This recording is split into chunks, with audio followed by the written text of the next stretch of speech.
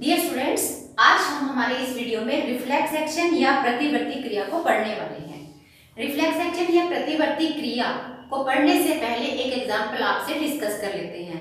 मान लीजिए टेबल के ऊपर कोई गर्म वस्तु रखी है, means a hot object is placed on the table and then you are asked to touch the object. आपसे कहा जाता है कि उस ऑब्जेक्ट को टच कीजिए। आपको उस वस्तु के बारे में कोई जानकारी नहीं है कि वो किस ताप पर है, what is temperature of that particular object, you are not aware of this thing। तो unknowingly, बिना जानकारी के आप उस वस्तु को टच कर देते हैं। अब आपसे क्वेश्चंस हैं, जैसे ही आपने उस हॉट ऑब्जेक्ट को टच किया तो आपका रिएक्शन क्या होगा, आपका रिस्पॉन्स क्या होगा, आप क्या करने वाले हैं?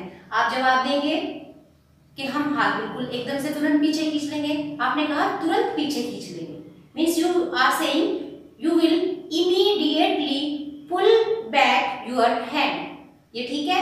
दूसरा क्वेश्चन आपसे, क्या आपने हाथ को पीछे करते हुए थोड़ा सा भी सोचा या समझा? क्योंकि जब भी हम कोई काम करते हैं तो हम सोच समझ के करते हैं, हमारा ब्रेन हर प्रोसेस में इन्वॉल्व होता है। तो क्या इस प्रक्रिया में जो हमने अभी टच किया है और फिर हाथ पीछे किया, immediately we have pulled back our hand, इस केस में हमने कोई सोचना या समझना किया? तो आप कहेंगे नहीं, एकदम से हमने सिर्फ हाथ पीछे किया, हमने सोच समझ कर ये कार्य नहीं किया। Means you are saying that no thinking was involved. Okay. तीसरा क्वेश्चन आपसे है, क्या होता अगर आप उस पर्टिकुलर कंडीशन में, जब आपने उस चीज को टच किया है तो आप सोच रहे हैं, समझ रहे हैं और फिर उसके बाद हाथ पीछे कर रहे हैं? तो आपका शायद ये जवाब होगा कि अगर इतना टाइम हम लगा देते तो शायद हमारे हाथ को नुकसान हो सकता था।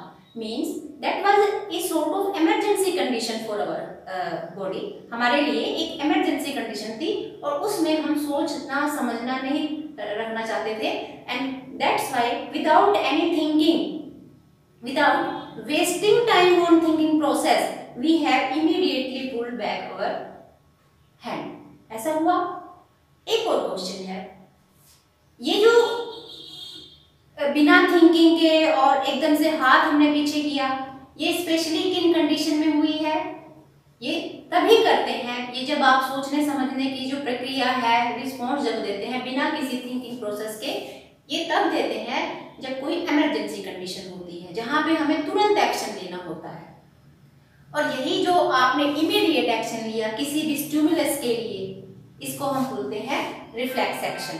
सो reflex action can be defined as sudden and involuntary response to any stimulus. Stimulus को हिंदी में कहते हैं संदीपन।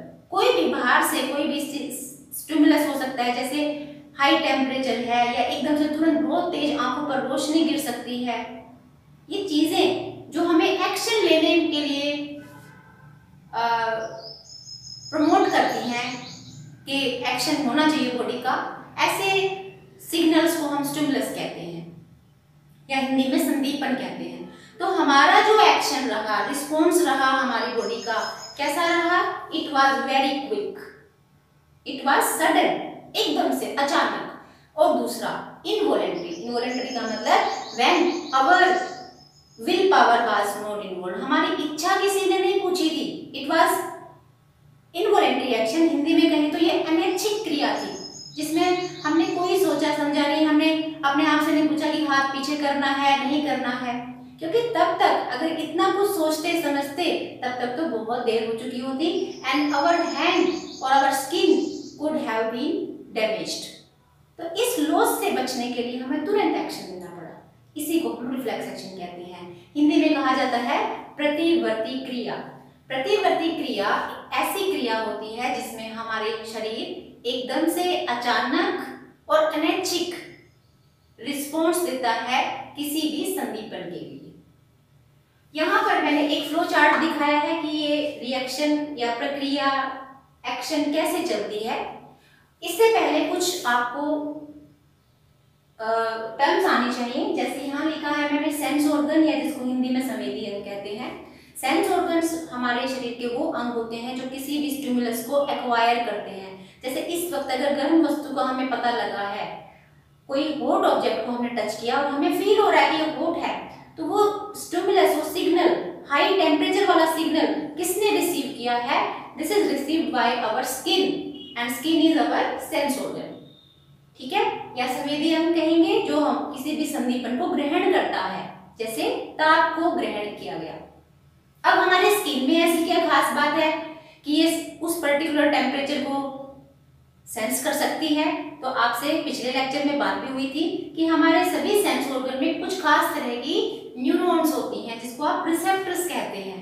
तो हमारी स्किन में कौन से रिसेप्टर्स हैं? थर्मो रिसेप्टर्स हैं। हिंदी में कहें तो तापग्राही हैं, जिसकी वजह से उस हाई टेम्परेचर को हमारी स्किन ने सेंस किया।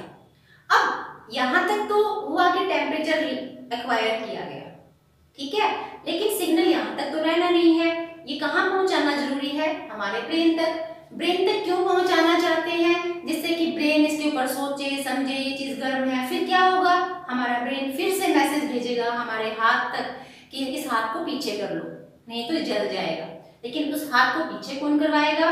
It will be by our muscles. हमारी स्किन हमारे हाथ पीछे नहीं करवाने वाली है। स्किन ने तो सिर्फ एक काम किया, उसने उस टेम्परेचर को एक्वायर किया, सिग्नल के फॉर्म में ब्रेन तक भेज दिया। ब्रेन फिर से कह रहा है कि हाथ पीछे कर लीजिए, और हाथ पीछे करवाने का काम यानी वो एक्शन करने का काम हमारी स्किन नहीं करेगी, ये काम होता है हमारी मसल्स का, हमारी पेशियों का। तो यहाँ पे मैंने लिखा सेंस ऑर्गन या संवेदी अंग जो किसी खास स्टिमुलस को ग्रहण करते हैं, एक्वायर करते हैं। लेकिन यहाँ पे मैंने एक ये वायर दिखाई है, एक न्यूरॉन दिखाने की कोशिश की है, इसका नाम लिखा मैंने सेंसरी न्यूरॉन या संवेदी तंत्रिका कोशिका। संवेदी तंत्रिका कोशिका या सेंसरी न्यूरॉन्स को होते हैं the neurons which receive message from the sense organ and they carry it up to the brain।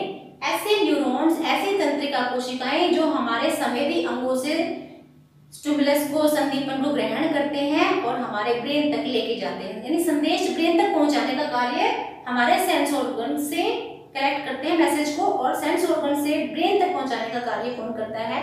Who is going to play this role? It is the sensory neuron. ठीक है, तो brain तक message पहुंचाने का काम किसने किया? Sensory neurons ने। अब ब्रेन तक मैसेज मान लीजिए पहुंच जाता है, तो वापस अब किसके पास सिग्नल आना चाहिए हाथ पीछे करवाने के लिए? पेशियों तक, हमारी मसल्स तक। वो ब्रेन वाला जो मैसेज है वो कौन लेके आएगा? उसके लिए भी खास तरह की न्यूरॉन्स होती हैं जिसको आप मोटर न्यूरॉन्स कहते हैं। यहाँ मैंने लिखा भी है, इसको हिंदी में हम कहते हैं प्रेरक तंत्रिका कोशिकाएं। कैसे बताएंगे इसको आप? Motor neurons are those neurons which carry message from brain to our effector organ. यहाँ पे हम स्पेशल मसल्स नहीं बोलेंगे, उदाहरण में आप पेशी बोल सकते हो, एग्जाम्पल में आप मसल्स बोल सकते हैं, लेकिन एक कॉमन टर्म अगर हमने देनी है तो आप उसको इफेक्टर कहते हैं। इफेक्टर वो होता है जो ब्रेन से आए हुए ऑर्डर को फॉलो करता है कि भाई ब्रेन ने ये मैसेज भेजा है और ये काम करो, तो हमारी जो मसल्स है वो काम करने वाली है, इसीलिए हम इनको क्या कहते हैं? Effector organs. तो ब्रेन तक मैसेज किसने पहुंचाया है? हमारे सेंस ऑर्गन्स के से मैसेज को पहुंचाया गया ब्रेन तक। किसके थ्रू गया है? कौन लेके गया है? संवेदी कोशिकाएं, या जिसको आप सेंसरी न्यूरॉन कहते हो। और वापस हमारे इफेक्टर ऑर्गन तक कौन लेके आया है? मोटर न्यूरॉन या प्रेरक तंत्रिका कोशिका। अब जरा इस फ्लो चार्ट को देख लीजिए। यहाँ पे हमारा सेंस ऑर्गन है, सपोज यहाँ पर हम लिख देते हैं कि इसने हाई टेम्परेचर को रिसीव किया, ठीक है, हाई टेम्परेचर इसने एक्वायर किया। अब ये हाई टेम्परेचर वाला जो सिग्नल जैसे ही हमारे स्किन में जाता है तो आपको मालूम है कि नर्व इंपल्स जनरेट होगी, इलेक्ट्रिक करंट या विद्युत आवेग उत्पन्न हो जाता है जिसको आप संदेश कहते हो। तो ये जो विद्युत आवेग है या इलेक्ट्रिक करंट है या नर्व इंपल्स है वो पहुंचानी है किसके पास? ब्रेन तक। तो यहाँ पे मैंने वो सेंसरी न्यूरॉन दिखा दी या संवेदी तंत्रिका कोशिका दिखा दी, इसमें मैंने एक एरो भी दिखाया है, ये बता रहा है कि यहाँ से मैसेज आगे तक पहुंचाना है। अब बात आती है पहुंचाएंगे किसके पास? ब्रेन तक। या ये जा रहा है, तो अब आप देखिए यहाँ पे ये ब्रेन तक जाना चाहिए, तो लेकिन आप जरा ध्यान से देखिए यहाँ मैंने ब्रेन नहीं लिखा है। अगर इसको मैं हटा देती हूँ, अब एक बार हटा देते हैं, ठीक है, ब्रेन तक पहुंचा देते हैं। अब ब्रेन क्या करेगा, सोचेगा, समझेगा, टाइम लगाएगा और फिर मोटर न्यूरॉन्स तक मैसेज देकर और इफेक्टर तक पहुंचाएगा। इतना टाइम सोचने समझने में लगा दिया तब तक तो हमारा हाथ जल जाएगा। तो इस तरह की इमरजेंसी कंडीशंस में जो ये संदेश है, ये जो नर्व इम्पल्स है, जो सिग्नल है संवेदी अंगों से या सेंसरी ऑर्गन से जो जा रहा है, it is not going to pass up to the brain. ये ब्रेन तक नहीं जाना है, लेकिन ये जाएगा यहाँ पर एक खास तरह के ऑर्गन के पास जिसको आप कहते हो स्पाइनल कॉर्ड।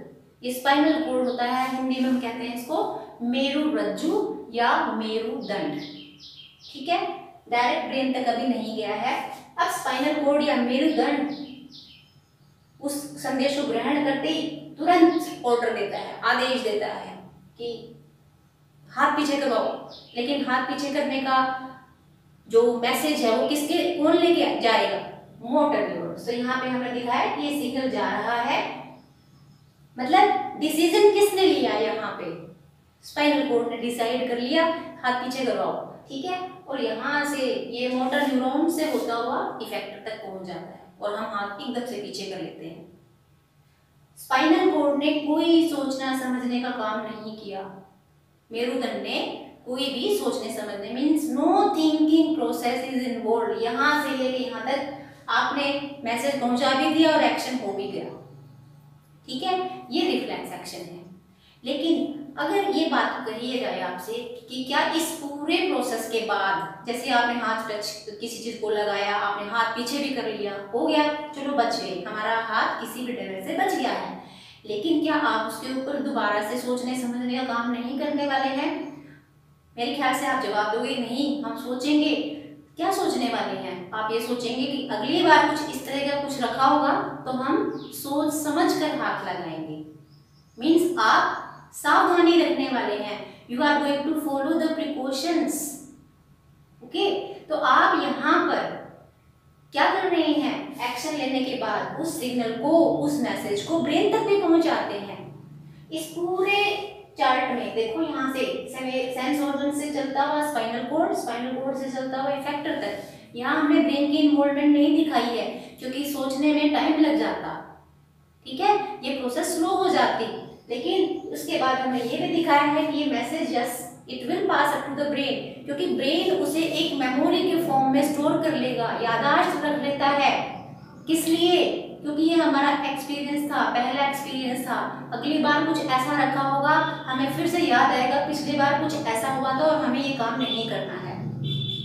ये जरूरी है, ब्रेन तक मैसेज पहुंचाना जरूरी है। तो आपकी बुक में कुछ क्वेश्चंस दिए हैं, जैसे ये पूछा जाता है कि रिफ्लेक्स एक्शन में कौन सा ऑर्गन रोल प्ले करता है, हमारे नर्वस टिश्यू का, तंत्रिका ऊतक का कौन सा भाग उसका मेन रोल रहता है, मुख्य उसका भूमिका रहती है। तब तो आप लिखोगे मेरुदंड या स्पाइनल कॉर्ड। एक्शन किसने लिया, किसने करवाया? स्पाइनल कॉर्ड ने। लेकिन फिर आपसे क्वेश्चन पूछा जाता है क्या इसमें ब्रेन की इन्वॉल्वमेंट होती है, ब्रेन का कोई रोल होता है, मस्तिष्क का कोई रोल होता है? आप कहेंगे yes, brain will be going to store that information. Brain या मस्तिष्क उस एक्सपीरियंस को मेमोरी की फॉर्म में स्टोर कर लेता है। एक्शन में कोई रोल नहीं रहा है, लेकिन वो उसे स्टोर करेगा, जिससे भविष्य में in future we will be more conscious. ठीक है, ये जितना भी फ्लो चार्ट बनाया गया है ये सिंप्लीफाइड वे में बनाया गया है। आपकी बुक में एक डायग्राम दिखाया गया है, आप उसको भी बना सकते हो, लेकिन आपको ये सारे एलिमेंट्स दिखाने पड़ेंगे। Sense organ, sensory neuron, spinal cord, brain भी दिखाना है। उसके बाद यहाँ पे motor neurons and effector. Hindi में कहें तो संवेदी अंग से होता हुआ संदेश संवेदी तंत्रिका कोशिकाएं लेके जाती हैं किसके पास? मेरुदंड के पास या मेरुरज्जु के पास। मेरुरज्जु से होता हुआ प्रेरक तंत्रिका कोशिकाएं इसको किसके पास लेके आती हैं? इफेक्टर यानी कि हमारी पेशियों तक या कार्यकर अंग के पास लेके आती हैं।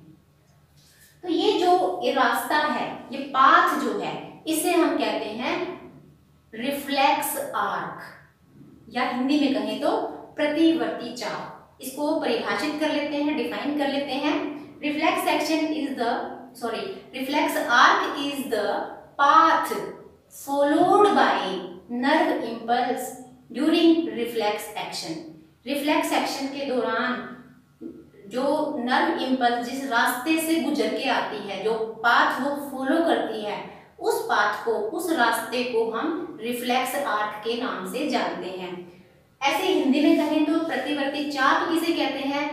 जिस पथ से, पथ मतलब रास्ता, विद्युत आवेग के द्वारा जिस पथ को फॉलो किया जाता है, जिस रास्ते को से गुजर कर प्रतिवर्ती क्रिया में नर्व इम्पल्स जिस रास्ते से गुजर कर होकर आती है, उसे हम क्या कहते हैं? प्रतिवर्ती चाप। ठीक है, तो ये एक इंपॉर्टेंट क्वेश्चन है, आपको ये डायग्राम बनाना आना चाहिए। आप ये सिंपल बॉक्स बना सकते हो, में लेबल कर सकते हैं। अब इसकी इंपॉर्टेंस देख लेते हैं, क्या फायदा है। देखिए, रिफ्लेक्स एक्शन बहुत तेजी से किए हुए एक्शंस होते हैं, they are very fast actions. Why? Because no thinking process is involved. प्रतिवर्ती क्रिया बहुत तेजी से हुई क्रिया है, क्योंकि इसमें हमने सोचना समझना नहीं किया। तो इसका सिग्निफिकेंस क्या है, फायदा क्या है? It helps us to take immediate actions during emergency conditions, otherwise we can cause damage to our body। हमारी बॉडी को, हमारे शरीर को कोई नुकसान होने से बचाने के लिए कई बार हमें तुरंत एक्शन लेने होते हैं, इसीलिए इन एक्शंस में हमारी प्रतिवर्ती क्रियाएं मदद करती हैं। ठीक है, अब एक क्वेश्चन हो रहा है आपके बुक में कि मान लीजिए आप टहल रहे हैं, वॉकिंग कर रहे हैं, वो वॉकिंग है और ये कोई रिफ्लेक्स एक्शन है, कोई भी, जैसे यही वाला केस ले लेते हैं कि आपने किसी हॉट ऑब्जेक्ट को टच कर दिया है। ठीक है, अब इन दोनों में आपको डिफरेंस पूछा जाता है, what is difference between walking and reflex action. तो सबसे पहले वॉकिंग की बात करें। आप सोचे कि आप चल रहे होते हो, तो क्या बिना सोचे समझे चल रहे होते हो? आप सोच समझ के चल रहे होते हो, means thinking process is involved in walking, जबकि रिफ्लेक्स एक्शन बिना सोचे समझे होता है। ये पहला पॉइंट हुआ। दूसरा पॉइंट आप क्या लिख सकते हो कि रिफ्लेक्स एक्शन कौन कंट्रोल करता है? Reflex action is controlled by spinal cord, या जिसको आप मेरुदंड कहते हैं। और वॉकिंग, टहलना, उसे कौन नियंत्रित करता है? उसे नियंत्रित करता है या कंट्रोल करता है हमारा मस्तिष्क या हमारा brain. So the walking process is controlled by our brain. Okay. तीसरा, अब करते बात फास्ट है कि स्लो है। रिफ्लेक्स एक्शन कैसे होते हैं? तेज होते हैं या धीमी प्रोसेस होती है? अभी देखा, बहुत तेज एक्शन होते हैं, इतना कि हमें पता है, हमने हाथ लगा पीछे खींच लिया, कितना तेज हुआ। ठीक है, तो रिफ्लेक्स एक्शन के बारे में क्या कहेंगे? The reflex actions are very fast processes, very fast response of our body. प्रतिवर्ती क्रियाएं बहुत तेजी से होती हैं। तो टहलने के बारे में क्या कहेंगे या वॉकिंग के बारे में क्या कहेंगे? They are very slow process, उसमें थिंकिंग प्रोसेस है, बड़े धीरे धीरे आप स्पीड बढ़ा लेते हैं, घटा लेते हैं, वो आपके हाथ में है। ठीक है, और फोर्थ पॉइंट कि इनवॉलेंट्री कौन सा है, अनैच्छिक या ऐच्छिक? इनवॉलेंट्री कौन सा है जो आपके कंट्रोल में नहीं है, आपसे पूछ के नहीं हुआ है? That is reflex action. आप लिख सकते हो रिफ्लेक्स एक्शंस आर इनवॉलेंट्री। प्रतिवर्ती क्रियाएं अनैच्छिक होती हैं, बिना इच्छा की होती हैं। जबकि टहलना या वॉकिंग के बारे में क्या लिखोगे? दे आर वॉलेंट्री एक्शन, हमारी इच्छा से हो रहा है। आप चाहोगे तो स्पीड बढ़ा ली, चाहोगे तो घटा ली, आप बैठ गए, आपके हाथ में है। तो आप क्या कहोगे? Walking is a voluntary action. ठीक है, तो ये आपका क्वेश्चन है, रिफ्लेक्स एक्शन या प्रतिवर्ती क्रिया। और उम्मीद है आपको समझ में आ गया होगा। अपनी एनसीईआरटी टेक्स्ट बुक को फॉलो कीजिए, उसमें जितने भी क्वेश्चन, रिलेटेड क्वेश्चंस हैं, आप उनको पढ़िए और इस वीडियो को देखने के बाद उन्हें सॉल्व करने की कोशिश कीजिए।